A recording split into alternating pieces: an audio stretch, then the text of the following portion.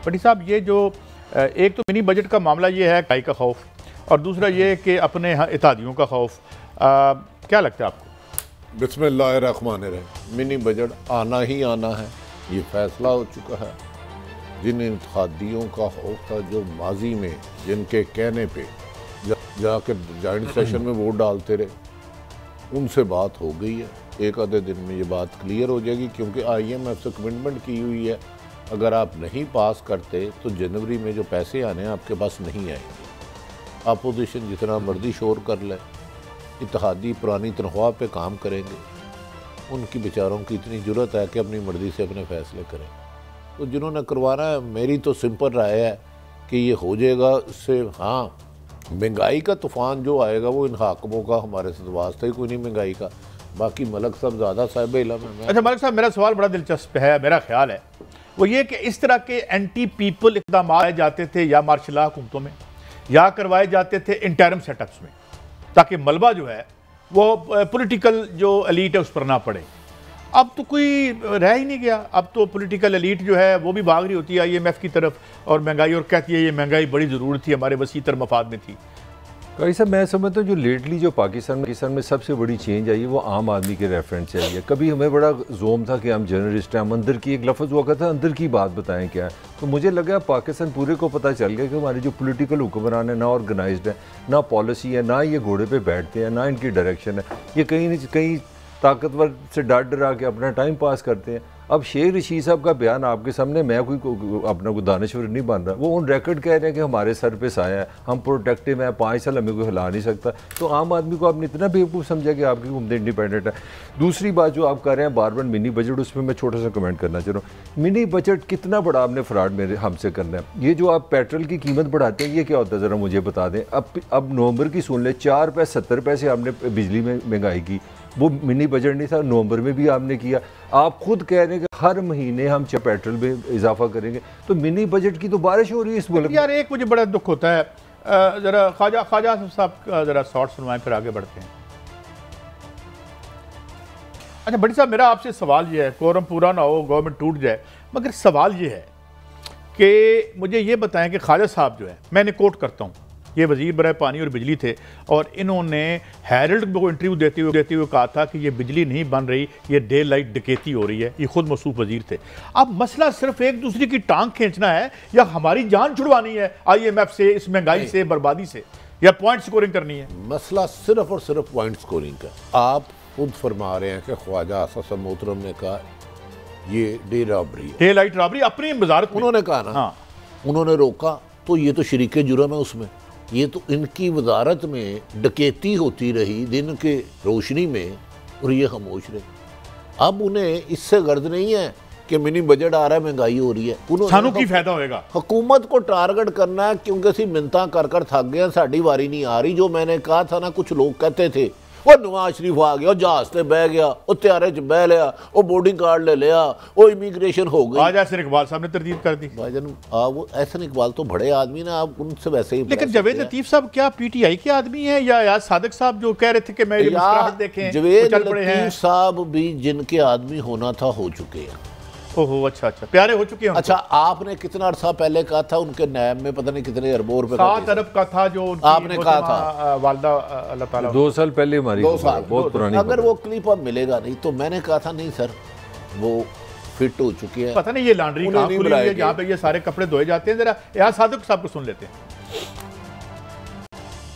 भट्टी साहब, ये जोर की लड़ाई है या नाताकती की लड़ाई है आपस में? देखिए, लोग वाकई परेशान है कि जो बंदा 3 दफ़ा उनका वज़ीर आज़म रहा, इलाज के बहाने से गया और 2 साल तक वापस नहीं आया, और फिर एक साबिक स्पीकर जाता है जिनका अलीम खान साहब के साथ ज़िमनी इलेक्शन होता है, उसमें 1-1 करोड़ रुपया खर्च होता है।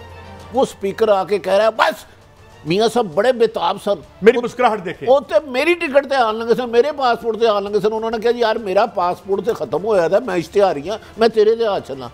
लुक यार, कौन बातें कर रहा है? तो भाई कितने के झूठ बोलोगे यार, कितना कौम को गुमराह करोगे? एक वक्त में 22 करोड़ आवाम को गुमराह करने का ठेका ले लिया। अगर आपके साथ लोग हैं तो सुबह में एतमाद ले आए। नो कॉन्फिडेंस ना, ये आईनी हक है इनका, कानूनी हक है। इसको को गैर शरई काम नहीं है। गैर आईनी काम नहीं है, इस पे आर्टिकल 6 नहीं लगेगा। ले आए कादी साहब, इनकी बढ़के ना, आप इनकी बढ़के पे ना जाया करें। मैं ये कहता हूँ पहले ज़माने में ना मलक साहब होता था कि यार ज़बान दे दी हमने, एक बात की है, रोज़ 2 घंटे बाद ज़बान दे देने, वो अगली तो पिछली तो ये जरा राना सनाउल्लाह को सुन रहे हो, फिर उसके बाद राना साहब कुछ फरमा रहे हैं कि किन राब्तों की तरफ इशारा कर रहे हैं मलक साहब? सर ये तो मेरा लिए इस प्रोग्राम में हम तीनों कह के कि थक गए कि इन पाकिस्तान की कोई पॉलिटिकल पार्टी सब का नाम ले लेते हैं, पीपल्स पार्टी ले लें, पीटीआई ले लें, नून ले लें, मौलाना ले लें, सब के राब्ते ये हैं कि नहीं है ये मुझे पता नहीं, मगर सब की स्टेटमेंट परसेप्शन ये बनाते हैं कि हमारी वो ताकतवर हल्कों से राब्ते हैं, इसका मतलब है हमारी बारी है। वो तो साबित हो गया कि अवाम इलेक्शन तो कहीं नहीं है। जो मैंने हमेशा जो आर्गूमेंट आपसे कर दूँ, अब अगर शेख रशीद साहब कह रहे हैं कि हमारे 5 साल पक्के हैं, इसका मतलब है अवाम मीडिया तुम कुछ नहीं कर सकते। नवाज शरीफ कब आएंगे? जब उनको इजाज़त मिलेगी। जरदारी साहब एकदम दुबई जाते हैं, फिर खामोश हो जाते हैं। अपना उन्होंने सिंध संभाला है, मुझे तो लगता है अपने अपने हिस्से की लड़ाई है, और इसीलिए मौलाना को आपने पेशावर भी दे दिया कि यार चलो अब आपको भी थोड़ा सा। हमारा दुख तो ये है कि हमारी मैशियत को आज़ाद करवाओ, हमारे स्टेट बैंक को वापस लो। जब तक चंद लुटेरे जिन्होंने भी पैसा खाया वो किसी भी अदारे से वाबस्ता हैं, उनको आप सजाएं नहीं देंगे, काजी साहब मैं और आप गुलाम रहेंगे।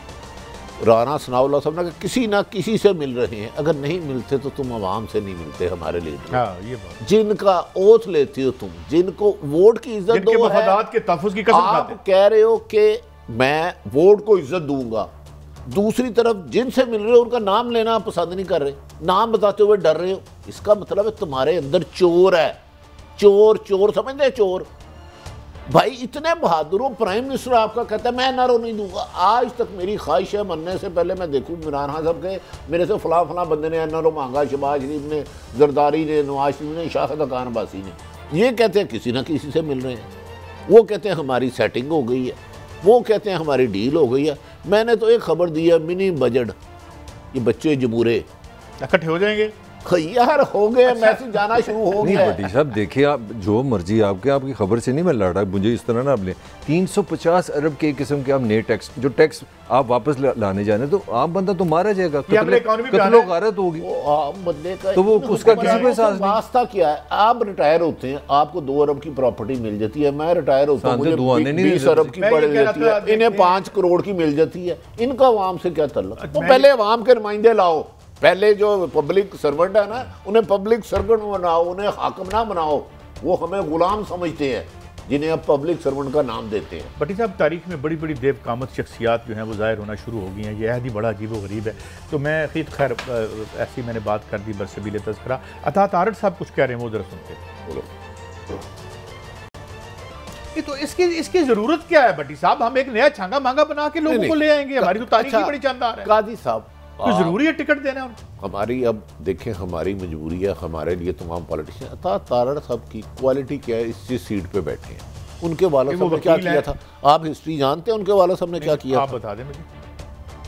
आपके सदर जी जी जी सुप्रीम कोर्ट के जज अल्लाह जनरल नसीब करे जहाज में कहाँ गए थे? कोयटा खरीदो फरोख्त करने के लिए, खरीदो फरोख्त करने के कोयटा में तो ड्राई फ्रूट होता है, वो ड्राई फ्रूट ही लेने गए थे ना, सर्दियाँ बड़ी थी, उन्होंने कहा कि पंजाब का ड्राई फ्रूट खालास नहीं है। अब मुझे सिर्फ ये बता दें कादी साहब, जो लोग अवाम से रिश्ता नहीं रखते, डीलों का रास्ता निकालते हैं, शॉर्टकट से आते हैं, रात को खुशामद की। और मैंने आपको पहले बताया था कुछ दिन पहले कि पंजाब में 3 खानदान इस वक्त इतनी लूटमार कर रहे हैं। कल उनमें से खानदान में से एक बंदे ने मलक साहब तुसी ना ताड़ी मेहरबानी कान बंद करो, एक सौदा 5 करोड़ रुपए में किया सिर्फ, बस इतना छोटा सा। बस मुझे भाई मैं भट्टी साहब देखें, अगर मेरे जैसे आदमी जो है बाजार में तिलगोज़ों की तरह बिकने शुरू हो जाए, बड़े बड़े नाम बिकते हैं, अपना शुरू हो जाए, हो चुके हैं सर। ये ऐसी है जैसे आप यार आधा किलो बेटा खुबानियां मैंने खुश्क तोल दे, इस तरह बंदे हो गए कि ये कादी साहब इससे ज्यादा आजकल क्या हो रहा है, आईजी और होम सेक्रेटरी की लड़ाई हो रही है, कह रहा मेरे इख्तियार में यार तुम पब्लिक सर्वेंट हो ही नहीं, आपने तोक पहना हुआ गुलामी का। अब मैं भी, मेरे समेत हम भी चलो कोशिश करते हैं, पूरा सच नहीं बोल सकते लेकिन मिनिमम झूठ ना बोले। तो इधर मुल्क का वजीर आज़म अपोजिशन लीडर कह रहा है हमारे राब्ते हो रहे हैं लेकिन नाम नहीं ले रहे, तो इस मुल्क का यार ये भट्टी साहब मुझे अभी तक हजम नहीं होती। एक तरफ हमने कहा है कि जी हमने बिल्कुल जमहूरियत और जो आइन में लिखा है उसके तहत चलना है, फिर ये आइन और जमहूरियत में राब्ते किधर से आ जाते हैं? आइन और जमहूरियत इनकी ये है, इनको हुकूमत दे दो, इलेक्शन धांधली करो, चोरी करो, डाका मारो, बैलेट बॉक्स पेपर चोरी करो, बैलेट पे डुप्लीकेट छापो, इनको हुकूमत दे दो। मैंने तो आपसे दोनों से रहनुमाई ले रहा हूँ। मुझे 40 सालों में एक इलेक्शन बताया जिसको हारने वाले ने तस्लीम किया हो, और अगला इलेक्शन भी मैं चैलेंज दे रहा हूँ, जो मुझे नहीं पता कब होना है, कौन जीतना है, हारने वाले ने यही इल्ज़ाम लगाना धांधली।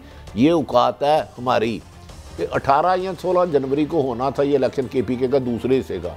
अब मैं किसी टीवी पे देख रहा था, पता नहीं गलत हो, कि मार्च में ले गया, शिकस्त का हो, क्योंकि दूसरी तरफ वो चाह रहे हैं कि मार्च में 23 मार्च में जो मौलाना साहब ने यहाँ धरने का दिया हुआ टाइम, ताकतवर हल्के कहाँ हाथ रखते हैं, इधर इन्हें अपने आप पे। तो बड्डी साहब पंजाब को फिर भूल जाए, पंजाब के बल्दियाती इलेक्शन, पंजाब बेवकूफ़ इलेक्शन कराए यार। मैंने खुदाया ये सुप्रीम कोर्ट के कहने पे हो रहे हैं, आप गलत फहमी का शिकार है। आपका ख्याल है इमरान खान साहब करा रहे हैं बल्दियाती इलेक्शन? सुप्रीम कोर्ट आपकी अदालत का फैसला है भाई, क्या कर रहे हैं? सुप्रीम कोर्ट की फैसला मानते हैं हम, तो सुप्रीम कोर्ट पे जो हमला करता है उसको दोबारा वज़ीर-ए-आज़म बनाते हैं। हमारी हिस्ट्री है, मैं माफी चाहूंगा काजी साहब, मैं माफी चाहूंगा, हमारी हिस्ट्री है। अगर आप इख्तलाफ करना तो कर ले, आर्गूमेंट कर लेते हैं, हमारी हिस्ट्री है। तो आपको याद नायल भी किया है ना, वो मान लिया तुसी? हाँ, वो तो तुसी कह रहे हो साडा सदाबहार कायद है। वज़ीर-ए-आज़म गिलानी को अपना नाहल किया, हमने मान लिया। वज़ीर-ए-आज़म भुट्टो को फांसी दी, हमने मान ली। और क्या चाहिए आपको? हमारी हमें अब वो पुरानी पीपल्स पार्टी वाली बात ना करें।